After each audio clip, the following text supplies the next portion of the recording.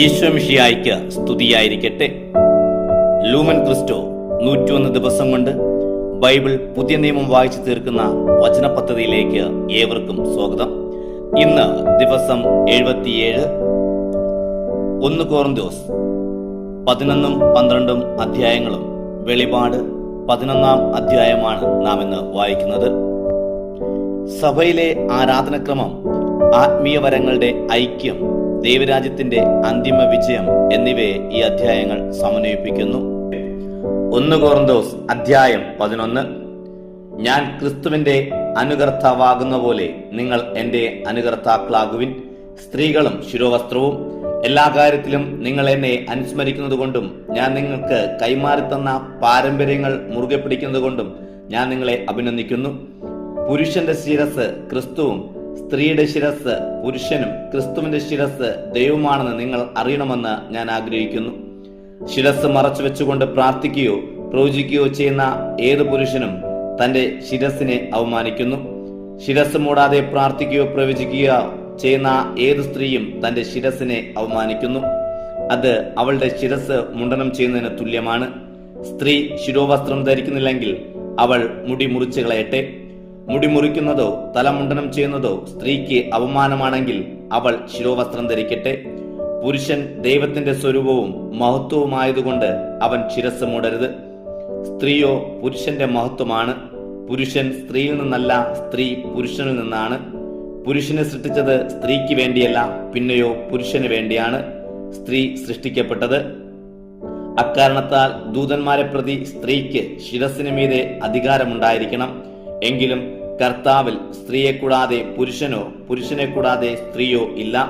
സ്ത്രീ പുരുഷനിൽ നിന്നെന്ന പോലെ പുരുഷൻ സ്ത്രീ മൂലവുമാണ്. എന്നാൽ എല്ലാം ദൈവത്തിൽ നിന്നാണ്. നിങ്ങൾ തന്നെ തീരുമാനിക്കുക. സ്ത്രീ ശിരോവസ്ത്രമില്ലാതെ ദൈവത്തോട് പ്രാർത്ഥിക്കുന്നത് യുക്തമാണോ? പുരുഷന് നീളമുള്ള മുടി ഉണ്ടായിരിക്കുക എന്നത് അപമാനകരമാണെന്ന് പ്രകൃതി തന്നെ പഠിപ്പിക്കുന്നില്ലേ? സ്ത്രീക്ക് അത് മഹത്വമാണെന്നും, എന്തെന്നാൽ അവളുടെ നീണ്ട മുടി, തലമുടി അവൾക്ക് ആവരണമായി നൽകപ്പെട്ടിരിക്കുന്നു. ആരെങ്കിലും വിരുദ്ധമായി ചിന്തിക്കുന്നെങ്കിൽ അങ്ങനെ ഒരു രീതി നമുക്കോ ദൈവത്തിന്റെ സഭകൾക്കോ ഇല്ല. അത്താഴ വിരുന്നിൽ ഭിന്നിപ്പ്.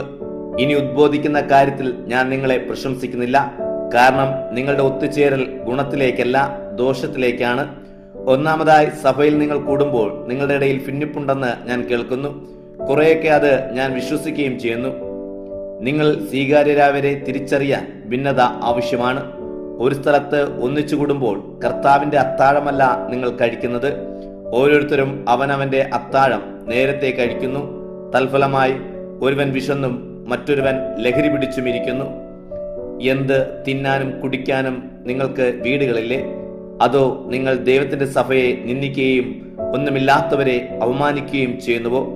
എന്താണ് ഞാൻ നിങ്ങളോട് പറയേണ്ടത്? ഞാൻ നിങ്ങളെ പ്രശംസിക്കണോ? ഇക്കാര്യത്തിൽ ഞാൻ നിങ്ങളെ പ്രശംസിക്കുകയില്ല. പുതിയ ഉടമ്പടി. കർത്താവിൽ നിന്ന് എനിക്ക് ലഭിച്ചതും ഞാൻ നിങ്ങളെ വരമേൽപ്പിച്ചതുമായ കാര്യം ഇതാണ്.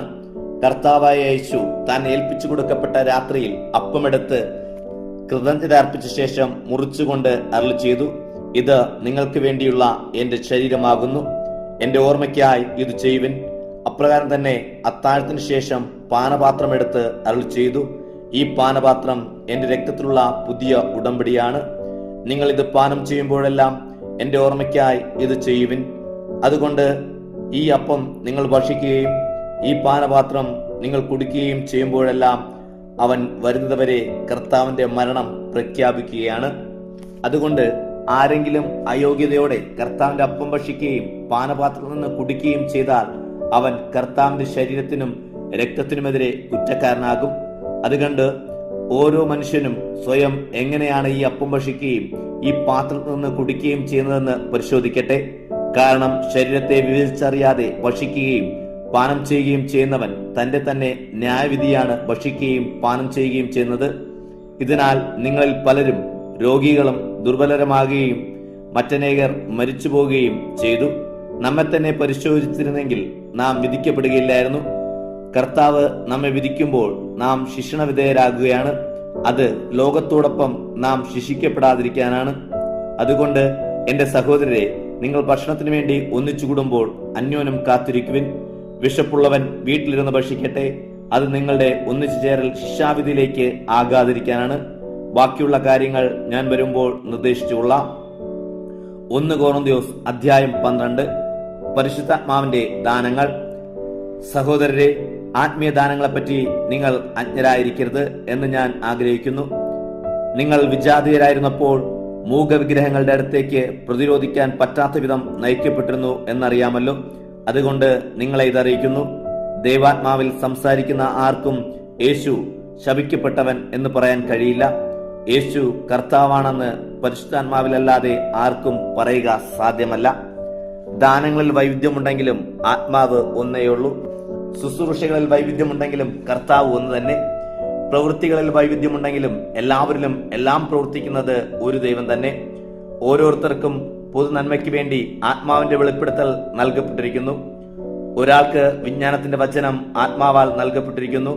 മറ്റൊരാൾക്ക് അതേ ആത്മാവിൽ അറിവിന്റെ വചനം, വേറൊരാൾക്ക് അതേ ആത്മാവിൽ വിശ്വാസവും, മറ്റൊരാൾക്ക് ആ ഏകാത്മാവാൽ രോഗശാന്തി വരങ്ങളും, ഒരുവന് അത്ഭുത പ്രവർത്തനങ്ങളും കഴിവും, മറ്റൊരുവന് പ്രവചനവും, ഇനിയൊരുവന് ആത്മാക്കളെ വിവേചിച്ചറിയാനുള്ള കഴിവും, വേറൊരുവന് വിവിധ ഭാഷകളും, മറ്റൊരുവന് ഭാഷകളുടെ വ്യാഖ്യാനവും. ഓരോരുത്തർക്കും തന്റെ ഇഷ്ടമനുസരിച്ച് പ്രത്യേക ദാനങ്ങൾ നൽകുന്ന അതേ ആത്മാവ് ഇവയെല്ലാം പ്രവർത്തിക്കുന്നു. ഒരു ശരീരം, പല അവയവങ്ങൾ. ശരീരം ഒന്നാണെങ്കിലും അതിന് പല അവയവങ്ങളുണ്ട്. അവയവങ്ങളെല്ലാം പലതെങ്കിലും ശരീരം ഒന്ന് തന്നെ. അപ്രകാരം ക്രിസ്തുവും. ഒരേ ആത്മാവിൽ ഒരേ ശരീരത്തിലേക്ക് നാം സ്നാനപ്പെട്ടിരിക്കുന്നു. നാം യഹൂദരോ ഗ്രീക്കുകാരോ അടിമകളോ സ്വതന്ത്രരോ ആകട്ടെ, നമുക്കെല്ലാം പാനം ചെയ്യാൻ നൽകപ്പെട്ടത് ഒരേ ആത്മാവിനെയാണ്. കാരണം ശരീരം ഒരു അവയവമല്ല, പലതാണ്. ഞാൻ കൈയല്ലാത്തതിനാൽ ശരീരത്തിന്റെ ഭാഗമല്ല എന്ന് കാല് പറഞ്ഞാൽ അത് ശരീരത്തിന്റെ ഭാഗമല്ലതായി തീരുമോ? ഞാൻ കണ്ണല്ലാത്തതിനാൽ ശരീരത്തിന്റെ ഭാഗമല്ലെന്ന് ചെവി പറഞ്ഞാൽ അത് ശരീരത്തിന്റെ ഭാഗമല്ലാതാകുമോ? ശരീരം മുഴുവൻ കണ്ണായാൽ കേൾക്കുന്നതെങ്ങനെ? മുഴുവൻ ചെവിയായാൽ ഗന്ധമറിയുന്നതെങ്ങനെ? എന്നാൽ ദൈവം താൻ നിശ്ചയിച്ച പോലെ അവയവങ്ങൾ ഓരോന്നും ശരീരത്തിൽ ക്രമീകരിച്ചിരിക്കുന്നു. എല്ലാം കൂടി ഒരു അവയവമെങ്കിൽ ശരീരം എവിടെ? എന്നാൽ ഇപ്പോൾ അവയവങ്ങൾ പലതായിരിക്കെ ശരീരം ഒന്ന് തന്നെ. കണ്ണിന് കൈയോട് എനിക്ക് നിന്നെ ആവശ്യമില്ല എന്നോ, വീണ്ടും തലയ്ക്ക് കാലിനോട് എനിക്ക് നിന്നെ ആവശ്യമില്ല എന്നോ പറയാനാകില്ല. മറിച്ച് കൂടുതൽ ദുർബലമെന്ന് കരുതപ്പെടുന്ന ശരീരത്തിന്റെ അവയവങ്ങളാണ് അനിവാര്യം. ശരീരത്തിലെ മാന്യത കുറഞ്ഞതെന്ന് നാം കരുതുന്ന അവയവങ്ങൾക്ക് നാം കൂടുതൽ മാന്യത കൽപ്പിക്കുകയും അഴകു കുറഞ്ഞവയെ കൂടുതൽ അലങ്കരിക്കുകയും ചെയ്യുന്നു. കൂടുതൽ അഴകുള്ള അവയവങ്ങൾക്ക് അലങ്കാരം ആവശ്യമില്ലല്ലോ. അപ്രധാനമായ അവയവങ്ങൾക്ക് കൂടുതൽ പ്രാമുഖ്യം നൽകിയാണ് ദൈവം ശരീരം രൂപപ്പെടുത്തിയത്. അത് ശരീരത്തിൽ വിയോജിപ്പുണ്ടാകാതെ അവയവങ്ങൾക്ക് പരസ്പരം അതേ പരിഗണന ഉണ്ടാകുന്നതിന് വേണ്ടിയാണ്. ഒരു അവയവം സഹിക്കുമ്പോൾ എല്ലാ അവയവവും കൂടെ സഹിക്കുന്നു. ഒരു അവയവം പ്രശംസിക്കപ്പെടുമ്പോൾ എല്ലാ അവയവങ്ങളും ഒരുമിച്ച് ആഹ്ലാദിക്കുന്നു. ഇപ്പോൾ നിങ്ങൾ ക്രിസ്തുവിന്റെ ശരീരവും ഓരോരുത്തരും അതിലെ അവയവങ്ങളുമാണ്. ദൈവം സഭയിൽ ഒന്നാമത് അപ്പോസ്തലന്മാരെയും, രണ്ടാമത് പ്രവാചകരെയും, മൂന്നാമത് പ്രബോധകരെയും, പിന്നീട് അത്ഭുത പ്രവർത്തകരെയും, രോഗശാന്തി വരമുള്ളവരെയും, സഹായികളെയും, ഭരണകർത്താക്കളെയും, വിവിധ ഭാഷകൾ സംസാരിക്കുന്നവരെയും നിയമിച്ചു. എല്ലാവരും അപ്പോസ്തലന്മാരോ, എല്ലാവരും പ്രവാചകരോ, എല്ലാവരും പ്രബോധകരോ, എല്ലാവരും അത്ഭുത പ്രവർത്തകരോ, എല്ലാവരും രോഗശാന്തി വരമുള്ളവരോ, എല്ലാവരും ഭാഷകൾ സംസാരിക്കുന്നവരോ, എല്ലാവരും വ്യാഖ്യാനിക്കുന്നവരോ. ശ്രേഷ്ഠമായ ദാനങ്ങൾക്ക് വേണ്ടി തീഷ്ണമായി ആഗ്രഹിക്കുവിൻ. ഞാൻ നിങ്ങൾക്ക് കൂടുതൽ ശ്രേഷ്ഠമായ മാർഗം കാണിച്ചു തരാം. വെളിപാട് അധ്യായം 11. 2 സാക്ഷികൾ. ദണ്ഡ് പോലുള്ള ഒരു മുഴക്കോൽ എനിക്ക് നൽകപ്പെട്ടു. എന്നോട് പറഞ്ഞു, നീ എഴുന്നേറ്റ് ദൈവത്തിന്റെ ആലയത്തെയും ബലിപീഠത്തെയും അവിടെ ആരാധിക്കുന്നവരെയും അളക്കുക. ദേവാലയത്തിന്റെ പുറമുറ്റം ഒഴിച്ചിടുക. അത് അളക്കേണ്ട, കാരണം അത് ജനതകൾക്ക് നൽകപ്പെട്ടതാണ്. 42 മാസം അവർ വിശുദ്ധ നഗരം ചവിട്ടിമെതിക്കും. ചാക്കുടുത്ത് 1260 ദിവസം പ്രവചിക്കാൻ ഞാൻ എൻ്റെ 2 സാക്ഷികളെ ചുമതലപ്പെടുത്തും. അവർ ഭൂമിയുടെ നാഥന്റെ മുമ്പിൽ നിൽക്കുന്ന 2 ഒലിവുമരങ്ങളും 2 ദീപപീഠങ്ങളുമാണ്. ആരെങ്കിലും അവരെ ഉപദ്രവിക്കാൻ ആഗ്രഹിച്ചാൽ അവരുടെ വായിൽ നിന്ന് അഗ്നി പുറപ്പെട്ട് ശത്രുക്കളെ വിഴുങ്ങിക്കളയും. അവരെ ഉപദ്രവിക്കാൻ ആഗ്രഹിക്കുന്നവർ ഇങ്ങനെ കൊല്ലപ്പെടണം.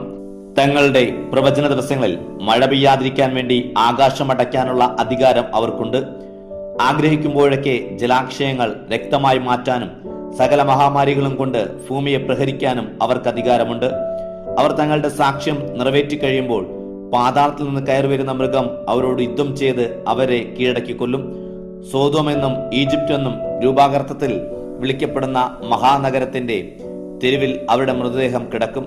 അവിടെ വെച്ചാണ് അവരുടെ നാഥൻ ക്രൂശിക്കപ്പെട്ടത്. ജനങ്ങളിലും ഗോത്രങ്ങളിലും ഭാഷകളിലും ജനതകളിൽ നിന്നുള്ളവർ 3.5 ദിവസം അവരുടെ മൃതദേഹങ്ങൾ നോക്കി നിൽക്കും. മൃതദേഹങ്ങൾ സംസ്കരിക്കാൻ അവർ അനുവദിക്കുകയില്ല. ഭൂമിയിൽ വസിക്കുന്നവർ അവരെക്കുറിച്ച് സന്തോഷിക്കും. ആഹ്ലാദിച്ചുകൊണ്ട് അവർ അന്യോന്യം സമ്മാനങ്ങൾ കൊടുക്കും. കാരണം ഇവരാണ് ഭൂമിയിൽ വസിക്കുന്നവർക്ക് പീഡനമായിരുന്ന 2 പ്രവാചകന്മാർ. 3.5 ദിവസത്തിന് ശേഷം ദൈവത്തിൽ നിന്നുള്ള ജീവാത്മാവ് അവരിൽ പ്രവേശിച്ചു. അവർ എഴുന്നേറ്റ് നിന്നു. അവരെ നോക്കി നിന്നവരെ വലിയ ഭയം ഗ്രസിച്ചു. സ്വർഗത്തിൽ നിന്ന് വലിയൊരു സ്വരം തങ്ങളോട് പറയുന്നത് അവർ കേട്ടു, ഇങ്ങോട്ട് കയറി വരുവിൻ. അപ്പോൾ ശത്രുക്കൾ നോക്കി നിൽക്കെ അവർ ഒരു മേഘത്തിൽ സ്വർഗത്തിലേക്ക് കയറി. ആ മണിക്കൂറിൽ വലിയ ഭൂകമ്പമുണ്ടായി. പട്ടണത്തിന്റെ 10-1 നിലംപതിച്ചു. ആ ഭൂകമ്പത്തിൽ മനുഷ്യരിൽ 7000 പേർ കൊല്ലപ്പെട്ടു. ശേഷിച്ചവർ ഭയാധീനരായി. സ്വർഗസ്ഥനായ ദൈവത്തിന് മഹത്വം നൽകി. 2ാമത്തെ ദുരിതം കടന്നുപോയി. ഇതാ 3ാമത്തെ ദുരിതം വേഗം വരുന്നു. 7ാമത്തെ കാഹളം. 7ാമത്തെ ദൂതൻ കാഹളം മുഴക്കി. അപ്പോൾ സ്വർഗത്തിൽ ഇങ്ങനെ പറയുന്ന വലിയ സ്വരങ്ങളുണ്ടായി, ലോകരാജ്യം നമ്മുടെ കർത്താവിൻ്റെതും അവിടത്തെ അഭിഷിക്തന്റേതും ആയിരിക്കുന്നു. അവിടെ നിന്നും എന്നേക്കും ഭരിക്കും. അപ്പോൾ ദൈവസന്നിധിയിൽ സിംഹാസനങ്ങളിരിക്കുന്ന 24 ശ്രേഷ്ഠന്മാർ കമിഴ്ന്നു വീണ് ദൈവത്തെ ആരാധിച്ചുകൊണ്ട് പറഞ്ഞു, ആയിരുന്നവനും ആയിരിക്കുന്നവനും സർവശക്തനും ദൈവമായ കർത്താവേ, അങ്ങേക്ക് ഞങ്ങൾ നന്ദി പറയുന്നു. എന്തെന്നാൽ അങ്ങ് വലിയ ശക്തി പ്രയോഗിക്കാനും ഭരിക്കാനും തുടങ്ങിയല്ലോ. ജനതകൾ രോഷാകുലരായി. അങ്ങയുടെ ക്രോധം സമാഗതമായി. മരിച്ചവരെ വിധിക്കാനും അങ്ങയുടെ ദാസരായ പ്രവാചകന്മാർക്കും വിശുദ്ധർക്കും അങ്ങയുടെ നാമം ഭയപ്പെടുന്ന ചെറിയവർക്കും വലിയവർക്കും പ്രതിഫലം നൽകാനും ഭൂമിയെ നശിപ്പിക്കുന്നവരെ നശിപ്പിക്കാനുമുള്ള സമയം സമാഗതമായി. അപ്പോൾ സ്വർഗത്തിൽ ദൈവത്തിന്റെ ആലയം തുറക്കപ്പെട്ടു. അതിൽ അവിടുത്തെ ഉടമ്പടിയുടെ പേടകം കാണപ്പെട്ടു. മിന്നൽപ്പിണരുകളും ശബ്ദങ്ങളും ഇടിമുഴക്കങ്ങളും ഭൂകമ്പവും വലിയ കൽമഴയും ഉണ്ടായി. ഇന്നത്തെ വായന ഇവിടെ സമാപിക്കുമ്പോൾ ആരാധനയിൽ വിശുദ്ധി പാലിച്ചും വരങ്ങളെ സ്നേഹത്തോടെ വിനിയോഗിച്ചും ദൈവത്തിന്റെ വിശ്വസ്തത സാക്ഷികളായി ജീവിക്കുക. ദൈവത്തിന് മഹത്വം.